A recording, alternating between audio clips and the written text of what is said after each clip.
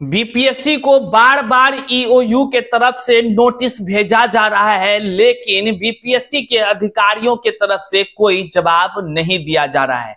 वह दिन दूर नहीं जब बीपीएससी के कई अधिकारी जो है कि सलाखों के पीछे आपको नजर आ जाए। ये कहना गलत नहीं है। जिस प्रकार से बिहार में शिक्षक बहाली की प्रक्रिया में व्यापक पैमाने पर फर्जीवाड़ा किया गया है, यह भी कहना गलत नहीं होगा कि बीपीएससी के ही अधिकारियों के द्वारा व्यापक पैमाने पर फर्जीवाड़ा करके रिजल्ट जारी किया गया है। क्योंकि आप तमाम चीजों को देख रहे हैं किस प्रकार से टीआरई 1 और टीआरई 2 में जो है कि कह लीजिए अदर स्टेट वालों का एंट्री कराने के लिए नियमों पर को ताक में रख करके जो योग्य नहीं भी थे उनका भी रिजल्ट जारी करके आज बीपीएससी के कह लीजिए तो दुआ की वजह से कई अयोग्य लोग बिहार में शिक्षक बन चुके हैं। महिलाओं के आरक्षण के साथ खिलवाड़ हुआ, दिव्यांग कोटि के आरक्षण के साथ खिलवाड़ हुआ, भाषा की आर्ता को शून्य करने का इतना बड़ा ये कांड करने का भी जिम्मेदार है। ये तमाम चीजों को लेकर के बीपीएससी के अधिकारियों से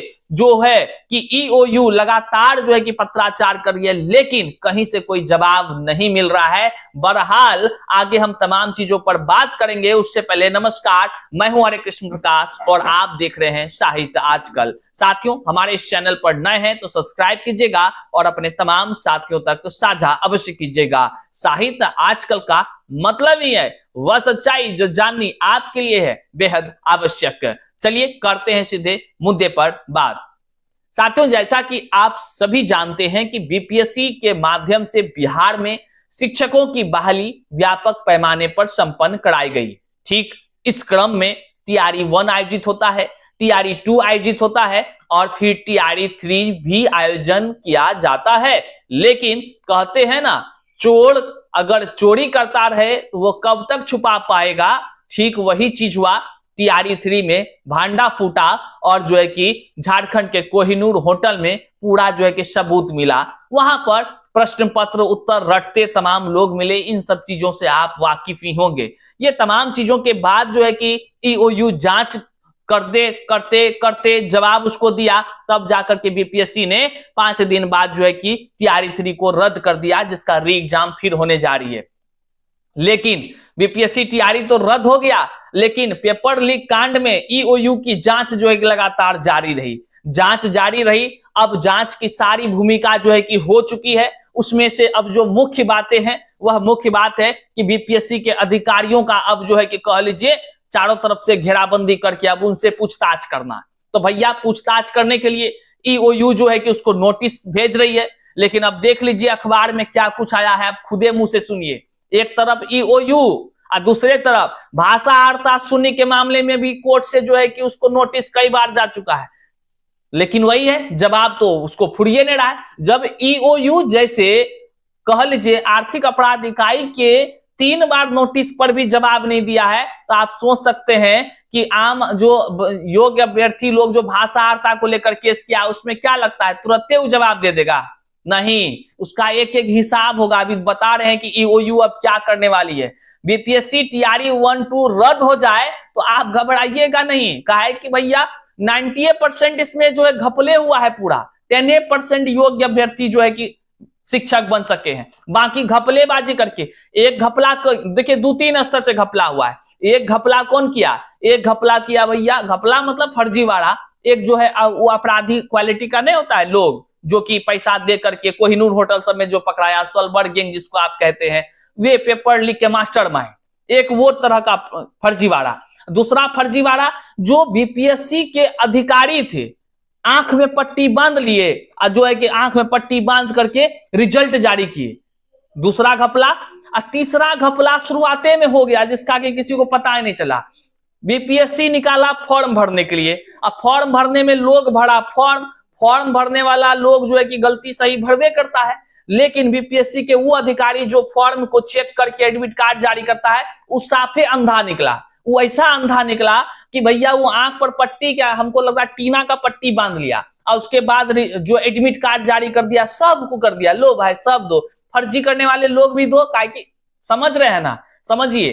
तो सब का एडमिट कार्ड जारी किया। एडमिट कार्ड जारी करके एकदम जो है कि उसका कह लीजिए टीआरई 1 में तो थंब इंप्रेशन सब नौटंकीबाजी खूब चल रहा था, कुछ सही से नहीं हो रहा था। कंट्रोल रूम बना रहे हैं। सुन रहे थे ना कोनो अधिकारी का भाषण, कंट्रोल रूम से मॉनिटरिंग कर रहे हैं, ऐसे कर रहा था। आज कहां दुम दुबा के दुबा हुआ है। जब नोटिस ईओयू भेज रही है, क्यों नहीं अब जवाब दे रहे हैं कि कौन किया पेपर लीक, कौन जो है कि प्रेस वाले का सेटिंग गेटिंग किया है। अब देखिए उस समय टीआरई 1 में भी फर्जीवाड़ा खूब हुआ, कहीं से कोई बात नहीं चलने दिया और दूसरों को धौंस जमाने के लिए बैन कर देता था। और जो है कि टीआरई 2 में हुआ फिर फर्जीवाड़ा व्यापक पैमाने पर। अब देखिए रिजल्ट में भी फर्जीवाड़ा, तो 3 टाइप का फर्जीवाड़ा जो है कि व्यापक पैमाने पर हुआ है। निश्चित तौर से बीपीएससी टीआरई 1-2 रद्द हो जाए तो आप घबराइएगा नहीं, दिल थाम कर बस उस दिन का इंतजार कीजिए। और साथ ही साथ क्या कुछ आगे हो रहा है हम आपको अखबार के माध्यम से बता रहे हैं।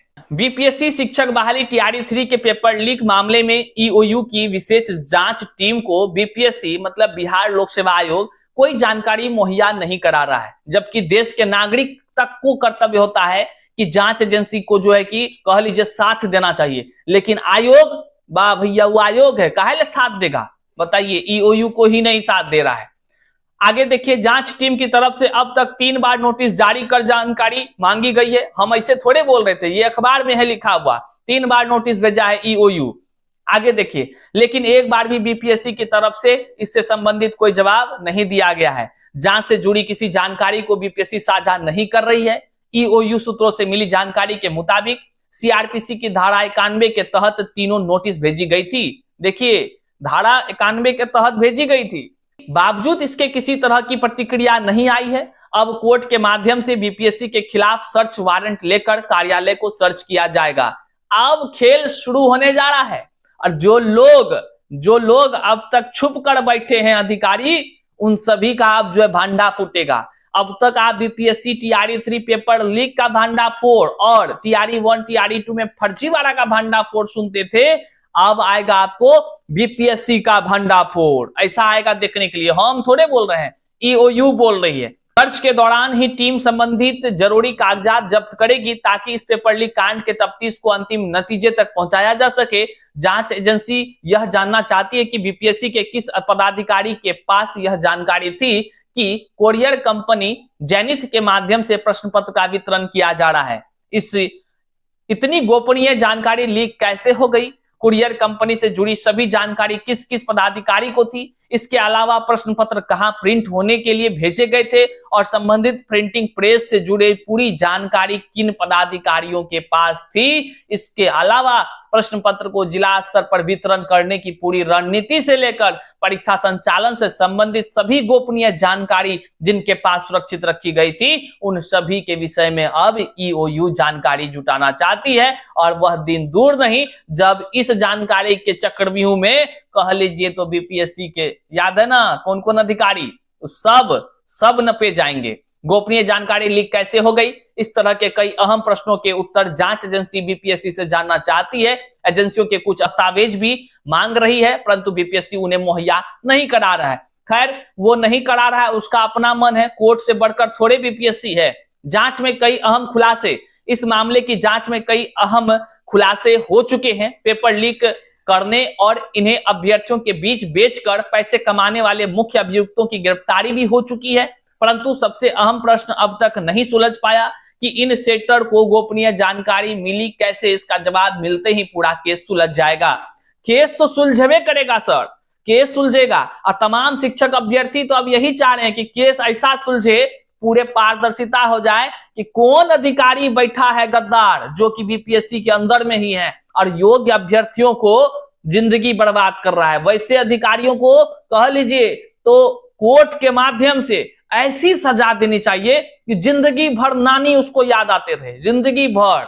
आगे देखिए, जो वर्तमान में अध्यक्ष हैं बीपीएससी के रवि मनुभाई परमार, उनका स्टेटमेंट भी आता है। इस मामले में अधिक जानकारी नहीं है, मतलब अध्यक्ष हैं उनको ही जानकारी नहीं है भैया। ईओयू नोटिस भेज रही है लेकिन उसको जानकारी नहीं है। तर्क क्या दे रहे हैं? इस तरह कोई पत्राचार हुआ होगा तो वह सचिव स्तर पर ही हुआ होगा, मतलब उसके आसपास उसके कह लीजिए रूम तक पहुंचा ही नहीं है जानकारी। अब समझिए, बिहार में शिक्षकों की बहाली बीपीएससी ने ही कराई, सारी जवाबदेही इनकी है। आज लोग परेशान है लेकिन इसके पास कहीं कोई पता ही नहीं है। जब ईओयू के नोटिस का इसको जानकारी नहीं है तो अध्यक्ष साहब हम हाथ जोड़कर कहते हैं, तब फिर आप ही बताइए, हम जो तमाम शिक्षक अभ्यर्थियों के साथ खिलवाड़ हुआ है, आरक्षण का घपला हुआ है, जो बिहार से बाहर वालों को 90 से कम अंक में आप पास कर दिए हैं, इसकी जानकारी तो आपको होबे नहीं किया होगा। तब इसका मतलब तो साफ है कि आप फिर अध्यक्ष किस पद के लिए हैं? आपको बिना जानकारी का मतलब आप अध्यक्ष के पद पर बैठे हैं। कोई आपके पद की भी मतलब होती है ना भाई, आपके पास कितनी जिम्मेदारी है। हम योग्य अभ्यर्थियों के साथ जो खिलवाड़ हुआ आखिर किससे कहें हुजूर? आप ही से ना। जब आप ईओयू का जवाब नहीं दे रहे हैं, हमारे भाषा आर्ता केस के रीट का जवाब नहीं दे रहे हैं जो आपको गया है, अब बताइए आप ही। तो वह दिन दूर नहीं जब कोर्ट खुद बीपीएससी टीआरई 1 और 2 में इतने व्यापक पैमाने पर गड़बड़ी के साथ जारी हुए रिजल्ट को रद्द करेगी और फिर से जो है कि टीआरई 1-2 के रिजल्ट को नियम कानूनों के साथ जो है कि जारी करने का आदेश जारी कर देगी। वह दिन भी दूर नहीं है। तो साथियों, इस वीडियो को जन जन तक साझा कीजिए। मिलते हैं फिर से नए वीडियो में। यहां तक देखने के लिए आपका बहुत बहुत शुक्रिया। लेकिन जाते जाते कहेंगे, चैनल पर नए हैं तो सब्सक्राइब कीजिएगा और अपने साथियों तक साझा करना ना भूलिएगा। मिलते हैं फिर से नए वीडियो में नई जानकारी के साथ। तब तक के लिए जय हिंद साथियों।